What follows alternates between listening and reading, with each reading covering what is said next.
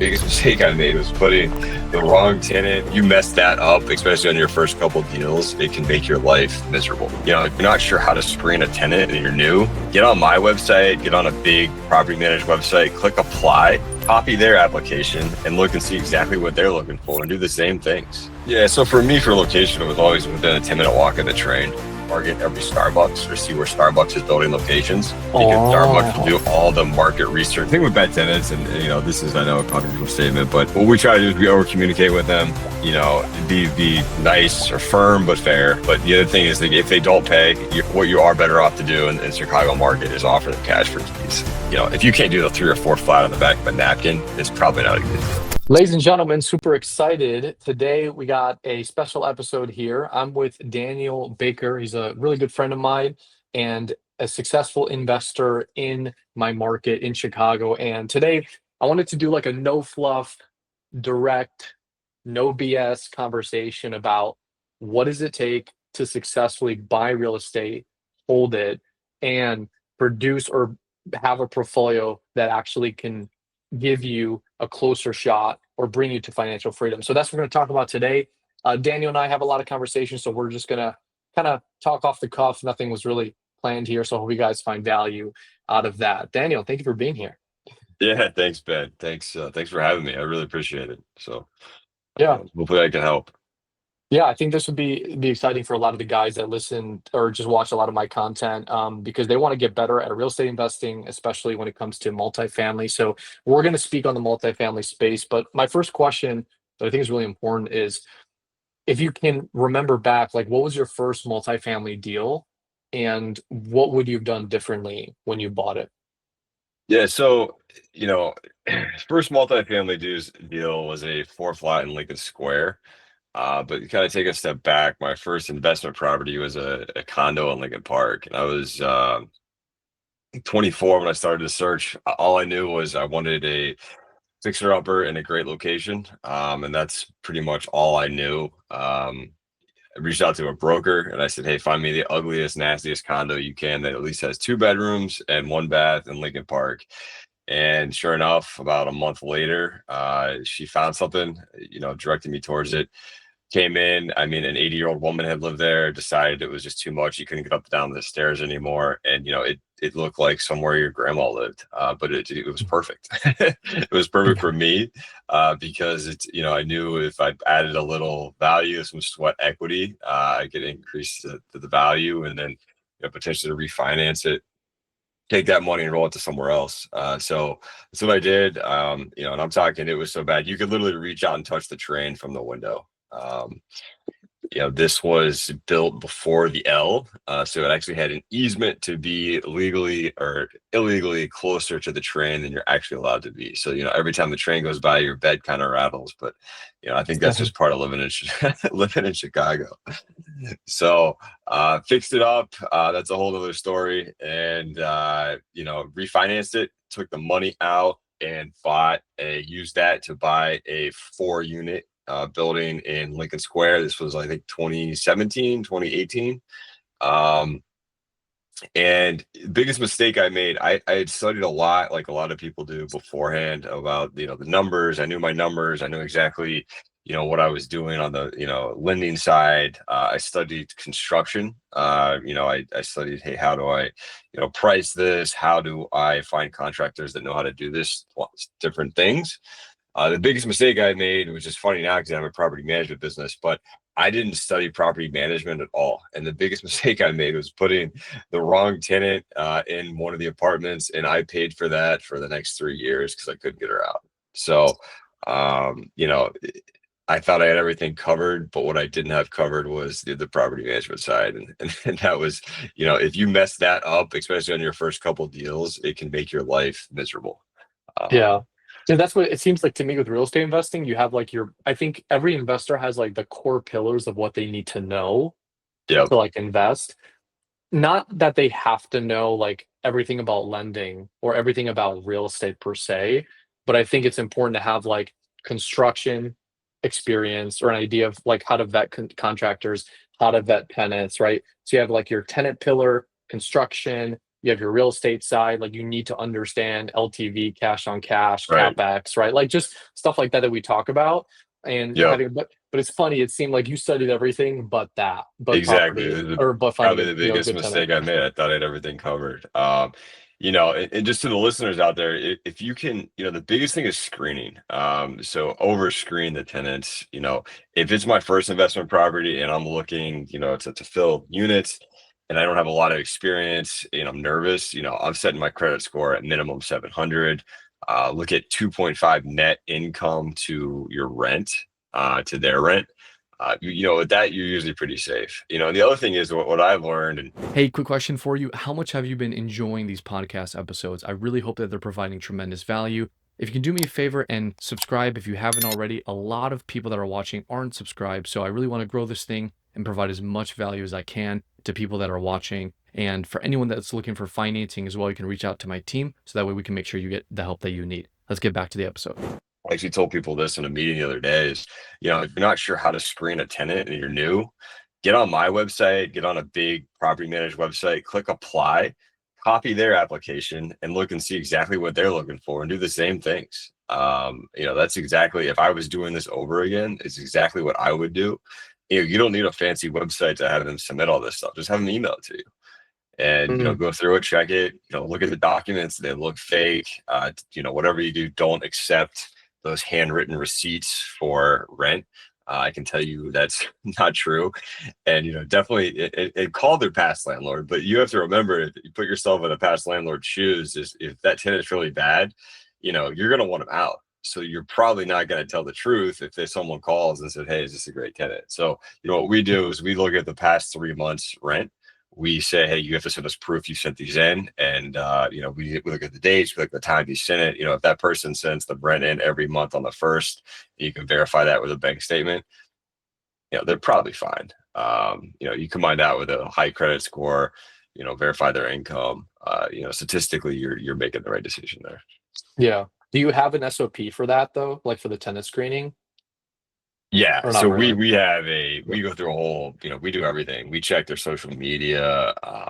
We check and recheck, because if we make a mistake on the management side, we're paying for it. So that's a direct cost to us, because obviously, we made the mistake, and we would pay for, part of the eviction. We pay for all the work that has to be done. It's a massive headache. So we did Yeah. diligently screen everyone we put into our apartments. That and that's the thing, like regardless of niche, if you're doing like buy and holds, what I found is you can do everything right. The Yep. construction, the financing, finding a good deal, right? But if Right. you do not have a good tenant, once you get them in, getting them out and dealing with that afterwards, like your whole portfolio is, or like that property itself, wasted, right? The Yep. return and the potential is wasted because now the tenant's not paying, or they're now you're in legal trouble with them, or they're Right. whatever the case might be. I know in Chicago, especially, like there's a lot of laws that protect tenants, Yes. right? Right. So it's even Yeah. I harder. mean, the other Yeah. thing is if people always talk about that and complain about it, but I think what people have to remember is, I forget what the number is. It's like 63% of the population in Chicago rents. So if you think you're going to be a landlord and you're going to get the upper hand at some point with the alderman and all that, you know, that's not true. Because while certain things may give and take, laws will change. In Chicago, the majority of the voting population is a renter, so it's Mm, statistically always be in favor of the renters. And obviously, I'm not vouching for horrible landlords or anything like that. But as a housing provider, there are certain things that we do need as as a service we provide. So right. I just people should remember that when they invest and think about Chicago. So Right, because every unit is a business. Your tenants are your customers. Like at exactly. that level, you have to take care of them. You can't just like be Right. an idiot, you know? Yeah. But also Yep. learn the Exactly. game. Like learn the rules Right. to the game. Like I had a client that came to me and was complaining. Like he wanted to buy this four flat and he was like complaining to me because he wanted to back out for a number of reasons. Just him reading about landlords and like how it just sucks. And he's just like, I don't know if I want to do this. And I'm like, listen, like there's two types of people, in my opinion now, and tell me if you agree with this. Like, I think there's people that just complain and like just see the glass half empty, and they're like, they throw up their hands and they give up. They said, forget it, I'm not gonna do anything, right?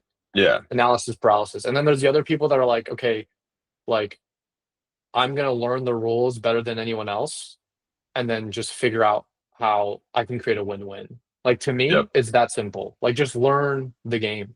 Construction, Exactly. real estate, like doesn't matter. Like learn the game. What do you think And about that? you also, it's remember, if you're in Chicago, there's such an advantage here for people that know the rules of the game. And that's why there's, in my opinion, there's no institutional money here because the game is, the rules, there's a lot of rules, there's a lot of caveats that scares away, the big Wall Street firms. But what that does is it allows, people like small investors like myself or you or anyone that wants to get started, if you can really study it, learn, talk to some people that have done it and understand what's going on, it gives you, a heck of a competitive advantage. I mean, there's more 2 to 4 units in the Chicago market than any other market in the country. So if you live here and you're thinking about doing this, you already have a win right there. I mean, it's huge. So this is some if you can also spin it, that hey, it's bad, they have all these rules, but if you look at it from a positive perspective, it's great because it keeps out a lot of the institutional money because there's a reason our cap rates are a little higher here, and that's one of the reasons. So Right.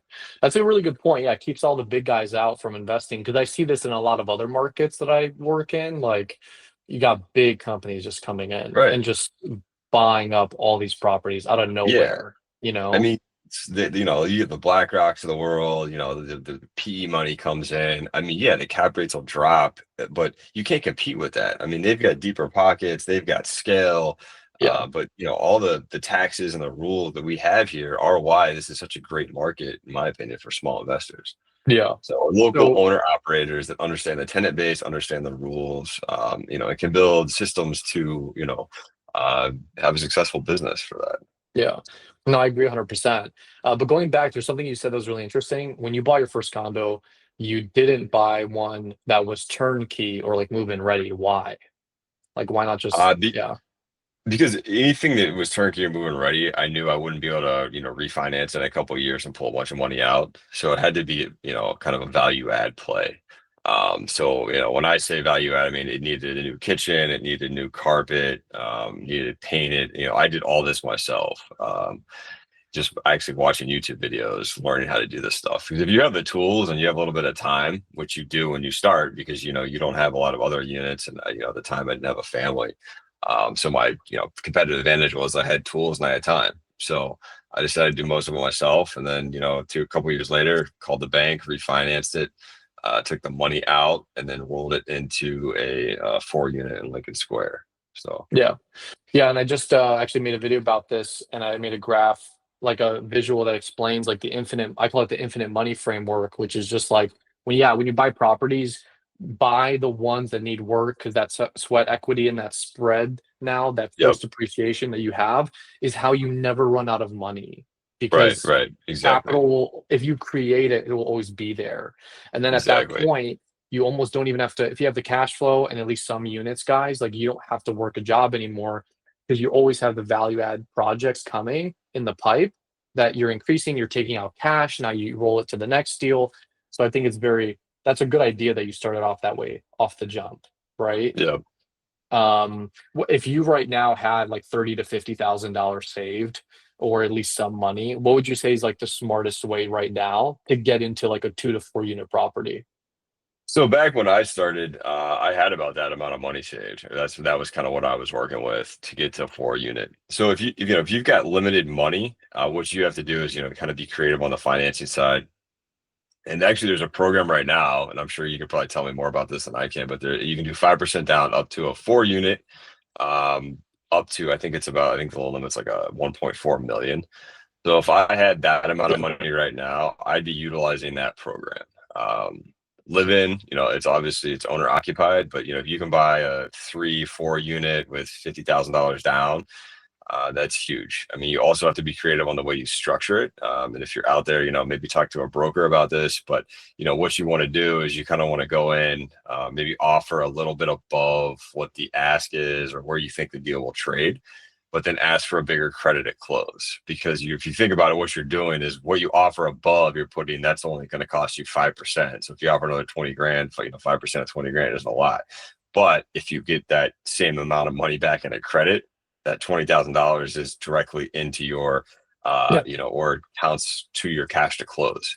So it'll be Yeah. $20,000 less you have to come up with to close. So it's all about getting into these deals for minimum cash, live in it.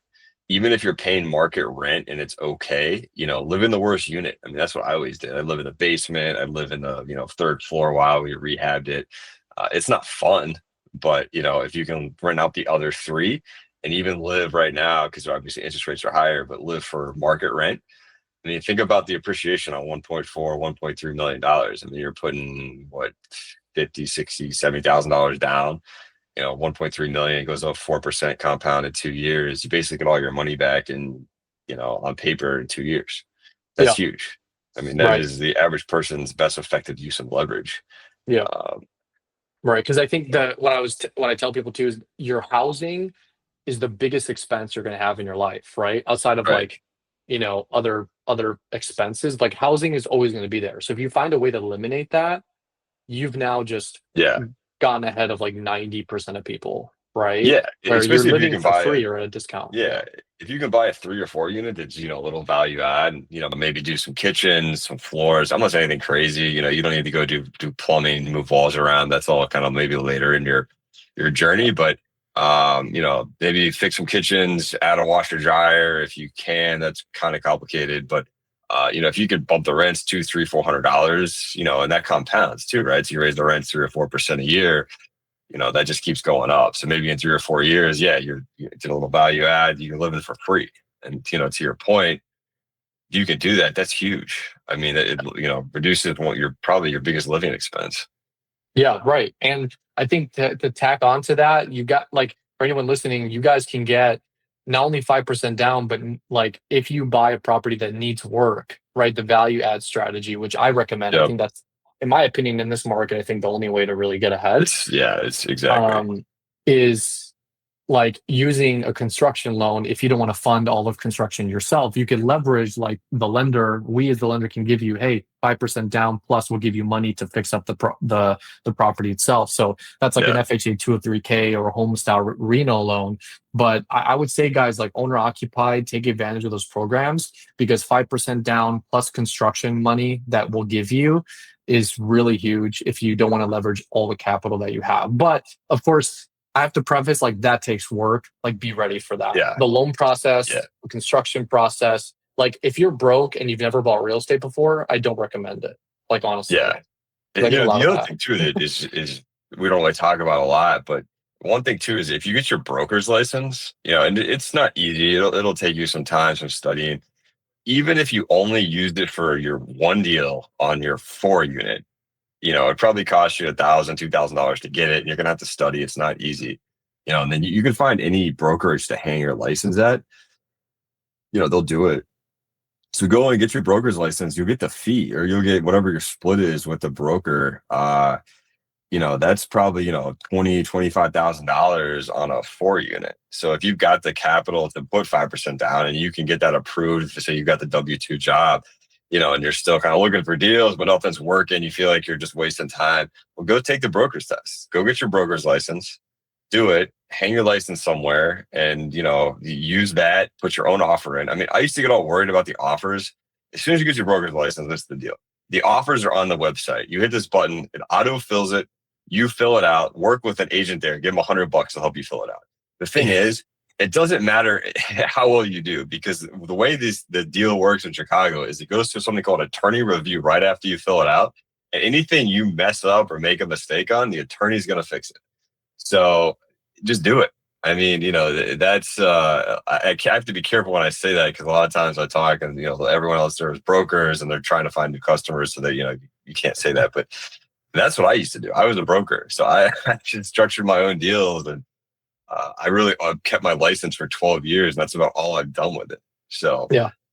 that's another idea for it. Yeah, unless you're too busy and you're like, yeah, I'd rather just have an agent or a broker take care of that, right? Like there's value in that too. If you don't want to do it yourself. 100%. 100%. But yeah, I think there's value in that. Do you have though, when you're looking at properties, Daniel, like in your head, I don't know if you have it even written out, but do you have like a personal checklist that you go through when you're looking at properties to vet them to see if it's even a good deal?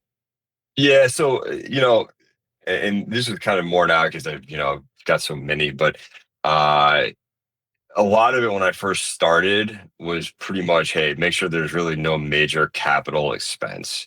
Because if you don't have any money, the last thing you want is, hey, this thing needs the sewer is going to break or breaks on you and you got to pay, it's at the city line. You've got to pay $20,000 to get that fixed. So, that was always big for me is, hey, make sure there's nothing major. And, you can't 100% predict that, but you can do a pretty good job, if you work with your inspector. The other thing is location.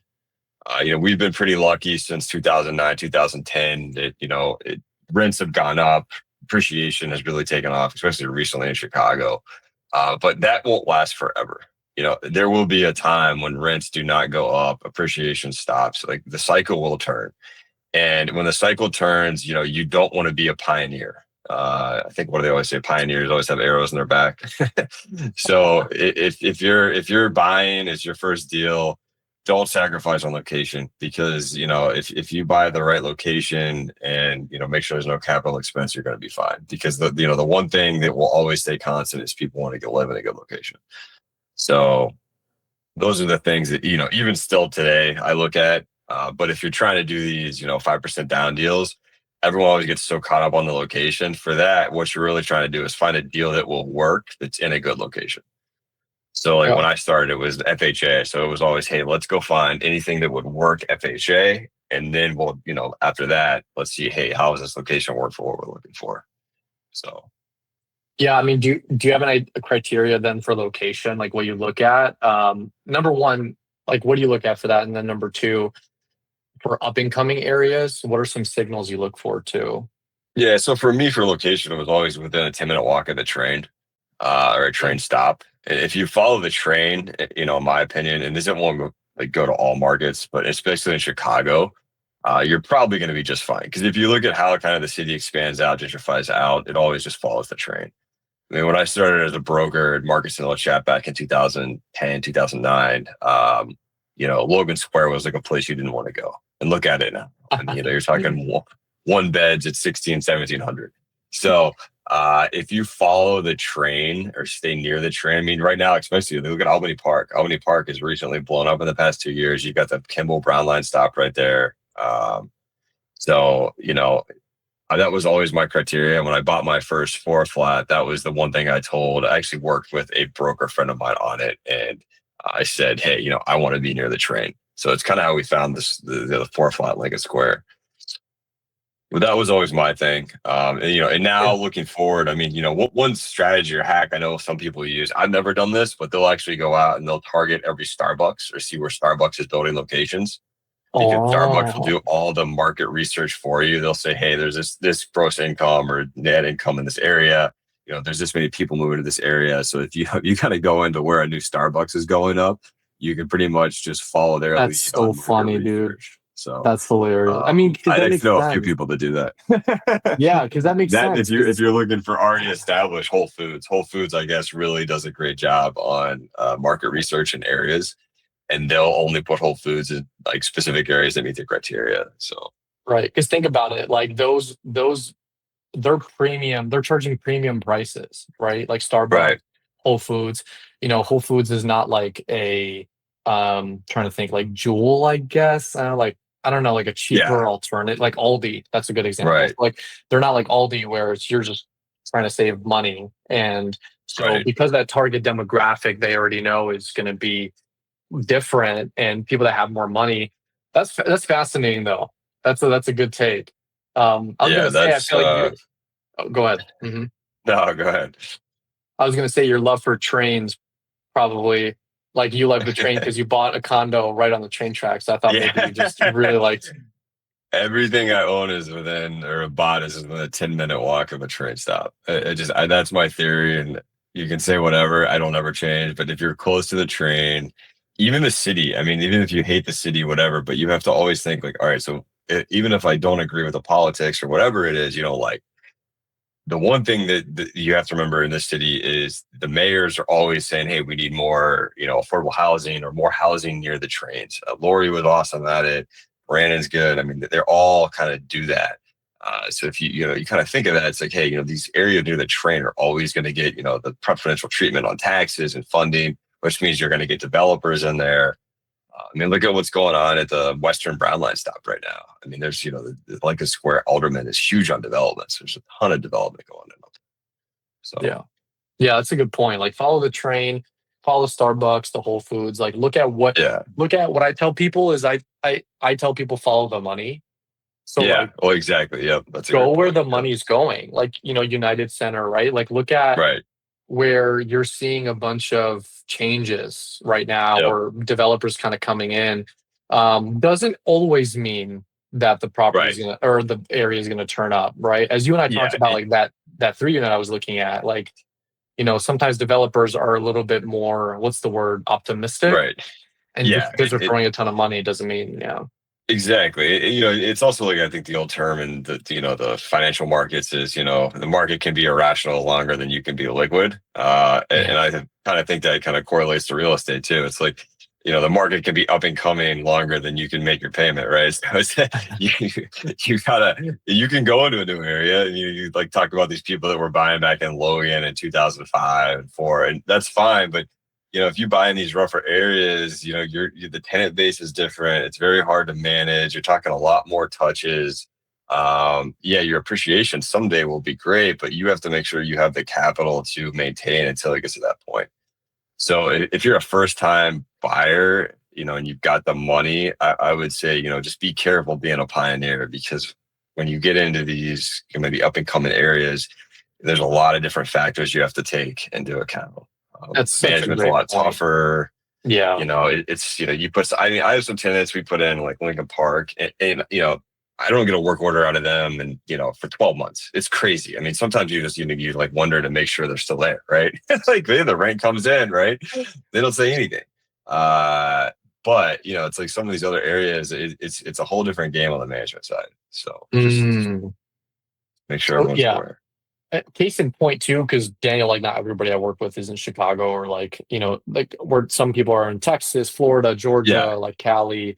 So for those in other markets, like the point being, guys, is like I always tell investors, especially newer ones I talk to, like find a niche. Like for us, Chicago, like for us, multifamily, like that's one of our favorite niches because it's so popular and it's just so good. But most people don't have a dense multifamily market for small Right. residential.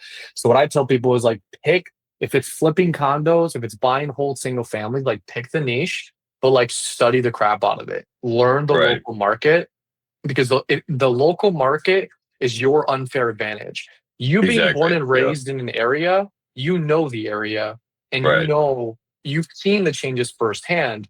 And that's what's important. Is like it's real estate is multifaceted, is what I'm seeing. You can't just Yeah. take like one thing at face value Yeah. and be like, oh, Right. this is true because of X. You have to look at X, Y, A, B, C. Like there's so many factors and variables. And Exactly. yeah, having a local market Yeah. that really helps, right? Yeah, and you need to get out, talk to brokers, talk to people, go to meetups. I mean, I meet people and they do everything on Excel and they never leave their office. It's like, trust me, unless you're Wall Street, that's not going to work for you. Like if you're 100%. small time, you got to get out, understand. There's so many different areas you have to learn. And it just compounds too. It's like once you start and get momentum, it will all compound for you and it will work out. Yeah. And you're going to get faster and faster at underwriting these deals, guys, because you've seen so many, because you have a specific focus. You have a niche. Right. Like, how to vet multifamily because like you've looked at so many deals. I even talk to like cops and local aldermen.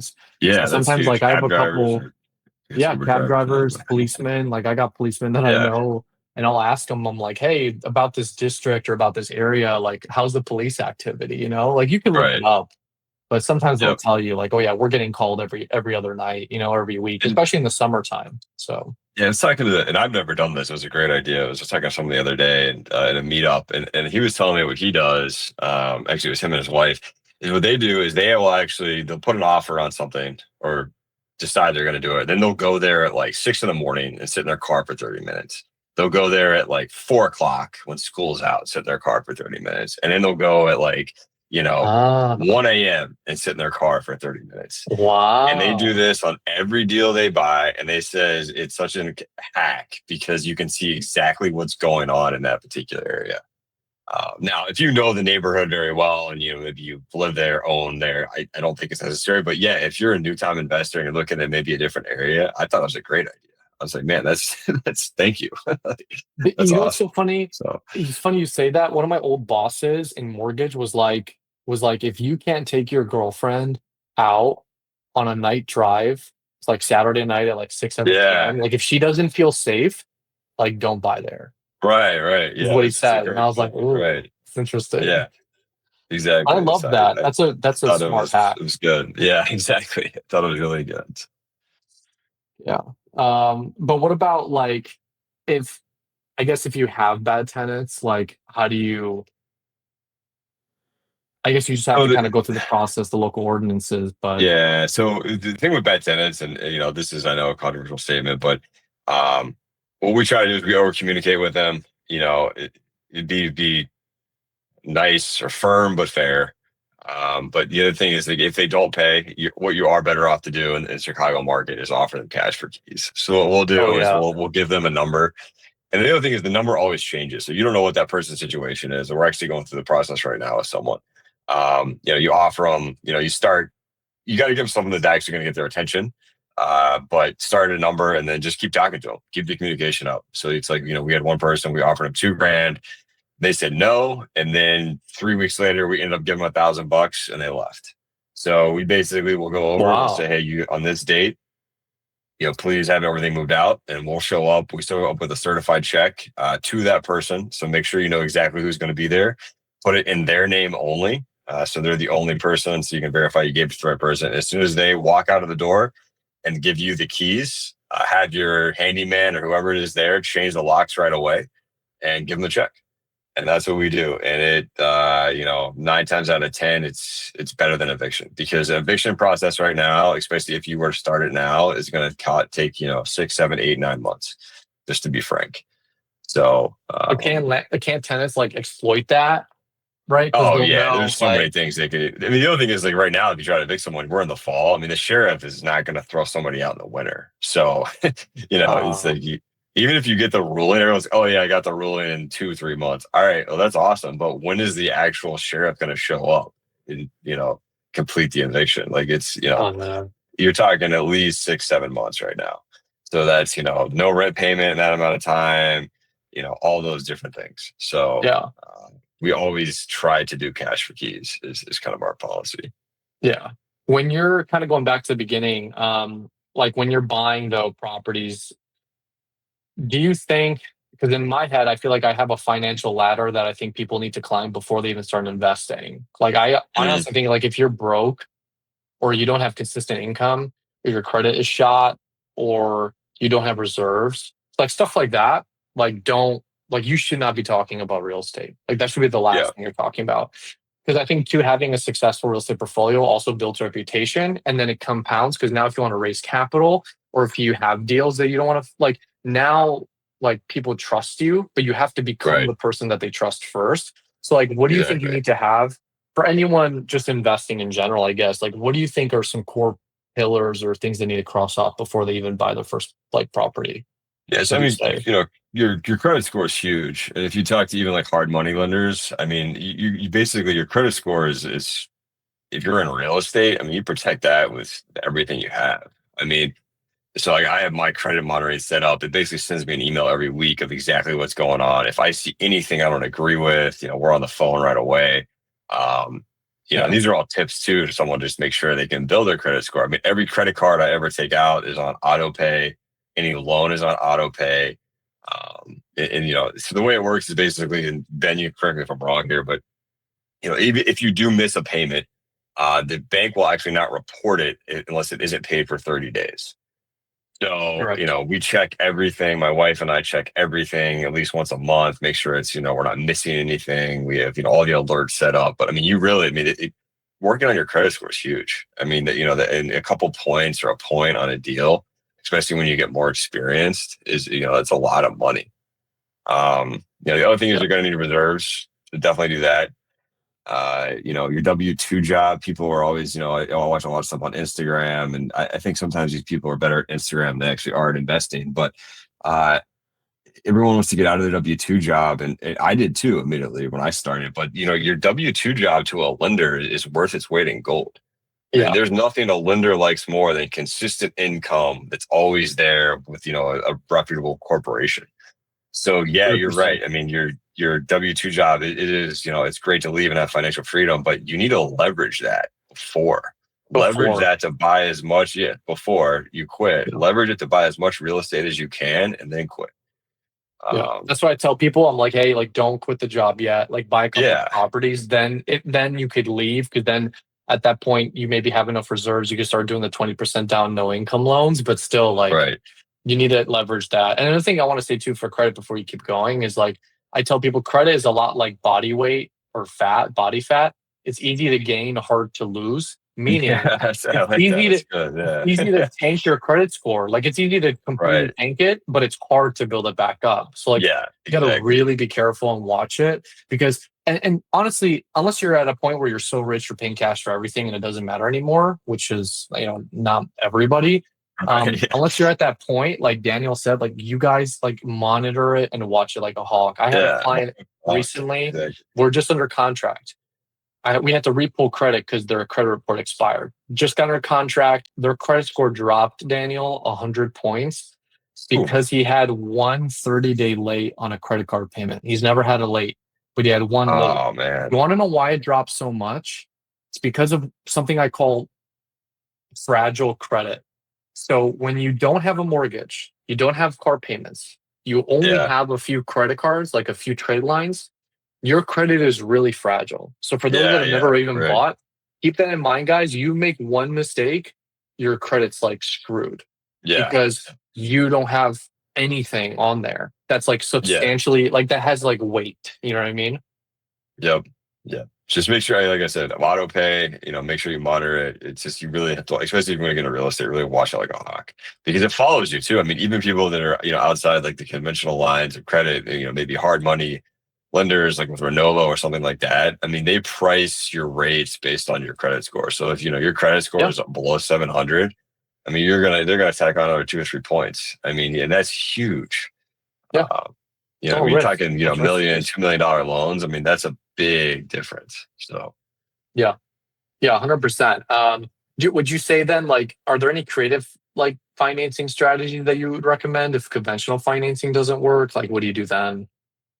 so creative financing, with the conventional financing, I think the biggest thing is, do obviously the low down money down, try to structure the deal structure. So you get the credit in there, 10K, 15K, 20K credit, because basically what that does is it cuts your cash to close. There's also some other people I know that will actually try to close at the beginning of the month. So then they get the prorated rent, which actually continues to drop your cash to close. So those are all different things to do. On the other side of it, once you get into non-traditional lending, then it's, hey, friends, family, um, you know, the Renovos of the world. But you are going to pay a premium for that. You do pay a little bit more on the rate. But if you're, get into it, they'll actually finance everything. So if you buy something that is value add, they'll actually finance the construction cost too. So what you're looking at is basically, 15% down of total cost of the project. And they basically have someone that comes out, inspects the deal as you're working on it, and then will release funds based on what you have done. So Yeah, exactly. But again, guys, like credit score really matters for even creative financing programs because they're yeah, not going to look at, because these lenders, they don't look at certain things for certain programs. The one thing that every single one looks at is credit score, though, across the board, yep, because like they need something, they need some way to see that you have the ability to repay. But another thing I'll tack on with that is like, there's no such thing as like 100% financing in the world of like lending per se when right, it comes to these properties. Like, yeah, you could, the only way, like, you have to have the 20% down minimum usually if you're not experienced. And if you want to get a loan for that 20% down, it's like, unless you're raising money with like friends or family, like it doesn't, I get calls all the time. Like, hey, I'm trying to yeah, do a fix and flip. Can you fund the 80%? and and then also do like a second lien, fund the 20. And I'm like, no, like you gotta have skin in the game. You can't just Right, like, right, right. you know what I mean? There's gotta be equity. Exactly. Yeah. Yeah. You see all this stuff on the internet about these people that do all this stuff with no money down. Trust me, it is not that easy. Like I've been doing this for a while now, and it is not that easy. No. And even if you're working with a lender, I mean, people get all upset and stuff. And I think Ben, you and I were talking about this the other day. It's like, listen, they're about to give you a ton of money. Like, give them the documents they need and don't complain about it. Like, Yeah. they're just doing their job. Like, they're going to give you like, 80% leverage or whatever it is. Like, give them what they need. So, Yeah. Like we're gonna give you what, $300,000, yeah, right? exactly. $400,000, and like you don't Right. want to Yeah. send a bank statement, like Yeah. You because just you're send it afraid that we're twice. gonna see your Right. OnlyFans, Give them what they need. or Yeah. Or your don't like, do it. Go work your W-2 and don't do it. Like it's fine. But like, yeah, it's like, it drives me nuts. Like I meet these people, like, oh man, the Linda's driving me nuts. It's like, dude, like how do you think this works? yeah, Like, right.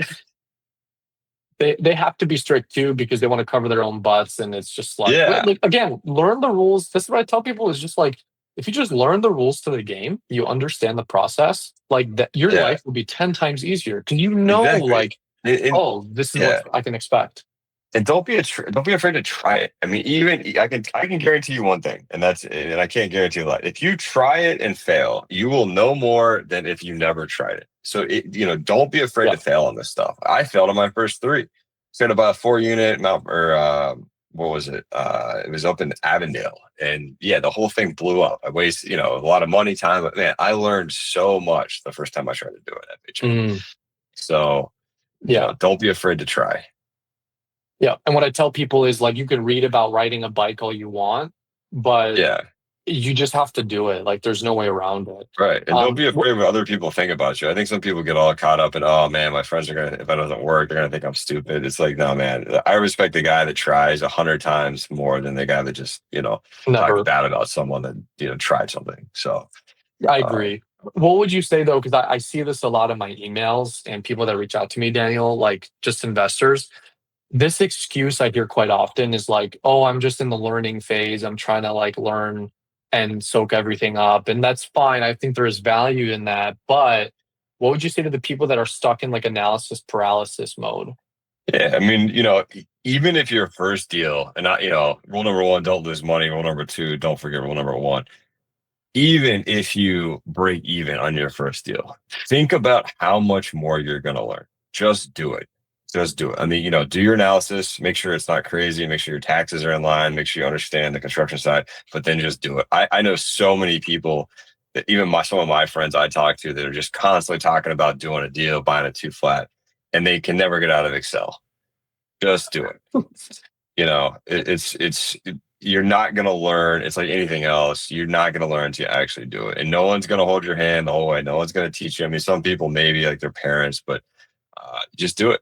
I mean, I think that's the biggest thing is, it's a calculated risk. And the other thing is like, okay, go get your MBA. What's that cost? And maybe some of you have it, maybe you don't, but you're talking what, 180 grand right now.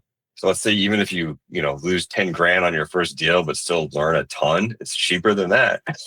So, But that's such a powerful point that you just made that like I think a lot of people don't understand is like you're paying for education, you're yeah, paying for it's like life experience. yeah, So even if you lost like 20K, 30K, right? right. Like that's a learning lesson for you that now is going to make sure that you're not going to lose 100K on the next deal or the next 10 deals, Exactly. right? Yeah. And I know so many guys, myself included, that have made so many mistakes, lost some money on their first deal, and now have 30, 40 doors, whatever it is that they personally own. And it's just because of what they learned from doing it. So it's like, even if you're deciding between maybe this or college or like grad school or whatever, think about what that costs you. It's like nothing's free. Like this is the price of your education. My dad always told me that is, hey, that's the price of your education. Like, you're going to make mistakes. Like, trust me, I made a ton. I still do. Yeah. So, Yeah. It's just a matter of now like making less or making right. mistakes that don't hurt you as much anymore. Going Exactly. back to the 80/20 rule, right? Like, so I guess in your opinion, kind of before we wrap up, like, what would you say is like dealing when we're talking about losing money, like what would you say was the worst mistake was it Avondale, like the worst, most expensive mistake you've made? Can you elaborate on that and No, kind of so that was just, it didn't work. The loan didn't work for FHA. So basically, if you oh know okay. anything about or a lot about FHA, there's a cash flow test they have to pass, and Yep. FHA really isn't feasible now because rates are so high. I But can't back stand then, it. Yeah. we couldn't get the rents where we need them to appraise. They just weren't there. It was an awesome building, but that didn't work. Biggest mistake I've probably made, and I've made a lot. And the first deal, the biggest mistake I probably had was putting in the wrong tenant, because it wasn't so much the money lost, it was the time and the stress that caused me. It Mm. was crazy. I mean, I don't think she paid her rent on time once for 3 years, and I would get a Are you text serious? complaining. Yeah, I mean, it was crazy. I'd say if you try to get into the bigger rehab, make sure you have a contractor that you can talk to and understand. Because I made some mistakes on upgrading electrical panels, pulled the wrong permits, didn't do it right, and then when we put in the HVAC, turns out the panel had to be bigger, so they had to replace the whole panel. It cost about $8,000. Now it's all on me. That's because I screwed up. So make sure when you get into that kind of heavier construction side, you really understand and plan for the whole project, because Jeez. I definitely made some expensive mistakes on that side. So Yeah. And that's why I tell people too, like, be careful of heavy construction projects. Like, I yeah, got guys that are like, well, I want to change the floor plan. And I'm like, you haven't done a right, single rehab. And you want to talk yeah, about like changing the floor plan. Like, I'm all yeah, for upgrading appliances and changing the flooring. Like, that's easy. But like, right, come right. on, you can't just Yeah, you just start reconfigure changing on your plumbing and first. and the other thing is, like, Oh gosh. if you're trying to GC it yourself, which is I see a lot of people do, which is fine, you save money, but that subcontractor you hire, they're there to do one job. They don't care if you're going to upgrade the HVAC later. They're not asking you questions. They're basically saying exactly what do you want me to do, and they do it. So if you don't have like experience in job site construction, where it's like, hey, we're going to move this here and then do this, so we should upgrade to this level, that can cost you a lot of money, and it's cost me a lot of money. So Yeah. just be aware of those things. That's why I like the GCs though, because they monitor and they watch the Right. projects and they make sure that the subs are doing what they need to do. Because Yeah. yeah, you're exactly right. Subs are just like they think like in a box. Right. So They don't like care. Exactly. and I see this on a job site. Like a guy, like if something goes wrong, they're like, oh, hands up, we give up, we're done, right? But the Right. GC is like, wait, hold on, we can do this, we can do that. So like they have a very not all subs, of course, but I'm just saying like most that I've worked with, like, yeah, they're Right. in there to do one job. Yeah.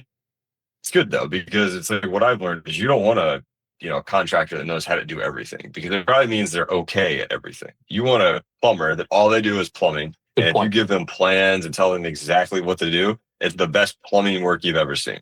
If that guy does plumbing and drywall, I probably won't use him because it means he spends way too much Mm, time doing both. So, you want somebody that, but that's the benefit of the experience in GC or hiring a GC is, they see your vision at the end, and they can get it there. Whereas the sub is just, hey, all right, you need new plumbing, you need new you can get copper it there. pipe. All right, we can do that. And they're really good at it. Yeah. Yeah. I agree 100%. So, okay, my last question to you, this is like one of my favorite ones because I love asking this to Yep. investors. Like, if you had to start over 2025, no portfolio, like, what would be your 12-month plan? And let's say you don't have a lot of money in the bank. You don't have 100K Mhm. or 50K, whatever. Like, Okay.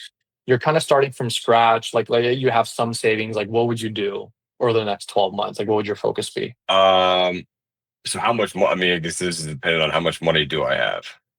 I would say you have $10,000. Like, not enough to Okay. buy anything. So 2025, I've got $10,000. What am I doing? Well, the first thing I'm going to have to do is figure out how to get a little more capital. The next thing I'm going to do is really the only way you're going to drastically increase the $10,000 is probably buy a condo somewhere and do a flip. And because you don't have any money, you're probably going to be on YouTube watching videos and do some of the work yourselves. So I'm probably flipping a condo within the next 5 to 6 months. And then I'm going to take the money from that And then assuming my W-2 job is where it needs to be, maximize the leverage I can get on the 5% down program. And I'm going to try to buy something that needs probably floors, maybe a kitchen, paint, but nothing major because it's my Yeah. first project and I kind of want to learn the ropes. But that's exactly what I would do if it was, Yeah. if I had So limited capital. basically, raise the capital. That's the first priority. So like that could Yep. even be guys like getting a second or third job. Like I know people that have gotten second jobs bartending Yeah. because they're like, I'm just going to raise like in 6 months, I'm just going to get as much capital and then buy a 4 flat, you Yeah. know? I mean, you want to Yeah. maximize, especially if you're younger and you have, your advantages, you can move around, yeah, maximize that 5% down program. I mean, there's no better way to create wealth and equity than that. Yeah. Buy something that needs, floors, kitchen, something like that. And I'm also finding a good broker that probably is an experienced investor and I'm working with them. And not only am I giving them the fee, I'm saying, hey man, I want you to, or whoever it is, teach me a few things along the way. Mm. Because that kind of mentorship, mentorships are great. And I always hear people talk about it, but it's really hard to find someone that's going to willing to take the time when you don't have much to offer to teach you anything, unless you have something to offer. So if you say, hey, I'm going to buy this, $1.2 million building, you can have the buy side fee on it, then yeah, they'll probably be happy to kind of, sit down with you once a week and teach you a few things. So Yeah. definitely do that. Yeah, I agree 100%. I think that's important. Have the capital, get the money that you need, and then leverage the 5% down program. Buy a multifamily if you can, if it's in your market. Because, like, I always tell people, I'd rather have multiple doors under one roof, right? Like, Yeah. for those of you out there, like, guys, when you buy a property, it's a big deal. Now you have a mortgage on your credit. Now your purchasing power has been severely reduced, right? Depending. And so like you're going to put a lot of effort in underwriting the deal, time, right, money into it for the down payment. Why not, if you're going to take that money and buy a property, why not just do it for a 3 or 4 unit property? Like that's what It I would also do. diversifies your risk too. So it's like you have Yeah. 3 or 4 different tenants, presumably they have different lines of work or income streams. If something happens to one, you still have, 3 paying that are still paying. So Yeah. agree with Ben 100% on that.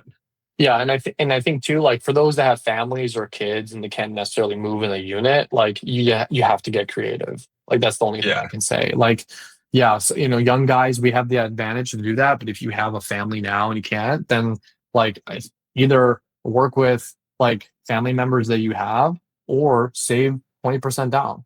Like, Yeah, or flip. exactly. Like I don't know. That's Or you get have a to work partner. with what I you mean, I got. know some Get a people now partner. that'll actually partner with house hackers. Say, hey, all right, Yeah. you have, you're younger, you don't have any money, I have the money. But you can live there, so we can get owner financing and then create an LLC, and at some point do that. Now, the structure of that you have to talk to an attorney, but Yeah. I know lots of people that have done that recently. That are kind of my age. Yeah, for sure. I agree. I think that's good for those that are like later in life and more established. But I guess to close out, like any last thing that you would want to highlight that maybe we missed or that's really important for people to know? I think we covered a lot. I would just say, the best advice, like we talked about for a while, is just go out and do it. Don't overanalyze anything. Analyze it enough to you're, maybe 80% sure, and then go for it.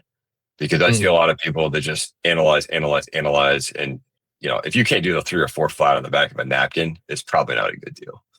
So I love that. That's like one of my favorite things that ever since you said that at our event, I was like, that's so true. If the deal doesn't make sense on a napkin, like it is not yeah, worth it. it's like I'm a Yeah. huge Warren Buffett fan. I read everything he ever has written, but he kind of says that it's like, listen, if it's that complicated, it's not worth it. It's So not worth it. Right. And what was another thing too that I had a thought. I think it was like, shoot, what was the thought that I had? Oh yeah, creative avoidance. So I think the hiding behind the spreadsheet is what I call creative avoidance. Is like it's like yeah, you have to fix something in your house, but instead you clean your bedroom instead of fixing. You're like you're doing something productive to avoid the very thing that you have to do, which is like going out and finding the deal and like making offers. yeah. Like Plain and simple. Yeah, I think we hide wake behind up most every things. morning. Wake up every morning and do the hardest thing on your mind first. And it'll Yeah. help you out a lot. So Yeah, 100%. So, Daniel, man, hey, thank you so much, dude. I really think like there's a lot of value in this call, and I'm excited to do another one for you. And for any listeners, guys, if you have any questions on financing, investing, just reach out to my team and I. We have a lot of really creative, unique financing programs for people that are buying real estate right now, whether it be owner occupied or investment. So, my contact info is in the description. Daniel, thank you, man. Appreciate it. yeah, thanks a lot, Ben. Appreciate it.